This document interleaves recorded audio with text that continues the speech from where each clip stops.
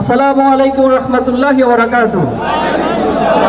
March for গাজার প্রোগ্রামের সম্মানিত সভাপতি, সম্মানিত প্রধান অতিথি, মঞ্চে উপবিষ্ট উলামায়ে কেরাম, উপস্থিত নেতৃবৃন্দ এবং তৌহিদি জনতা, ইতিপূর্বে ইংরেজি এবং আরবিতে ঘোষণাপত্র এবং অঙ্গীকারনামা পাঠ করা হয়েছে। আমি এ পর্যায়ে আপনাদের সামনে বাংলা অংশ পাঠ করে শোনাচ্ছি। বিসমিল্লাহির রহমানির রহিম।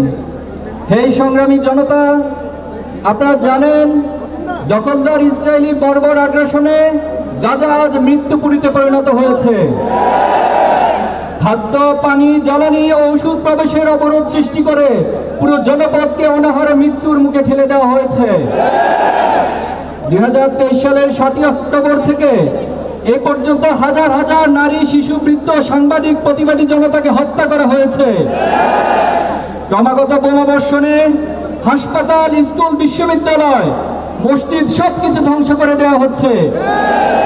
রাতের অন্ধকারে শেষ আশ্রয়স্থল শরণার্থী শিবিরকে এয়ার স্ট্রাইক করে মাটির সঙ্গে মিশিয়ে দেওয়া হচ্ছে। সরাসরি গুলি করে হত্যা করা হচ্ছে উদ্ধার কর্মীদের। আজ এই গাজাকে কসাইখানায় পরিণত করা হয়েছে, যেখানে প্রতিদিন নতুন নতুন গণকবর খোঁড়া হচ্ছে। আজ দিনের পর দিন দখলদার ইসরায়েল সেই কবরকে আরো বিস্তৃত করছে। প্রতিনিয়ত দীর্ঘ হচ্ছে নারী, শিশুদের লাশের সারি। সাংবাদিকদেরকে হত্যা করা হচ্ছে যাতে বিশ্ববাসী ইসরায়েলি বর্বরতার সত্যটুকুও জানতে না পারে। এই পর্যন্ত শত সহস্র মানুষ নিহত হয়েছে, লাখো মানুষ হয়েছে গৃহহীন। এই পরিকল্পিত হত্যার বিরুদ্ধে সারা দুনিয়ার মানুষ রাজপথে নেমেছে। এশিয়া, ইউরোপ, আমেরিকা, যেখানে ন্যায় ও মানবতার কণ্ঠস্বর আছে, সেখানে গাজার পক্ষে প্রতিবাদ গড়ে উঠেছে। বাংলাদেশে এই বিশ্বব্যাপী আন্দোলনের অংশ। স্বাধীন ফিলিস্তিন আন্দোলনের সংহতি জানাতে গত 12 এপ্রিল ঢাকার লাখো মানুষ জড়ো হয়েছিল মার্চ ফর গাজা কর্মসূচিতে। আজ যখন নেতানিয়াহু পুরো গাজা দখলের পায়তারা করছে, তখন আমরা আবারও রাজপথে নেমেছি। আমাদের কণ্ঠ গাজার কণ্ঠ, আমাদের প্রতিবাদ মজলুমের ফিলিস্তিনের পাশে দাঁড়াবার অঙ্গীকার। এই মিছিল কেবল প্রতিবাদ নয়, এটি আমাদের দ্রোহের বহিঃপ্রকাশ।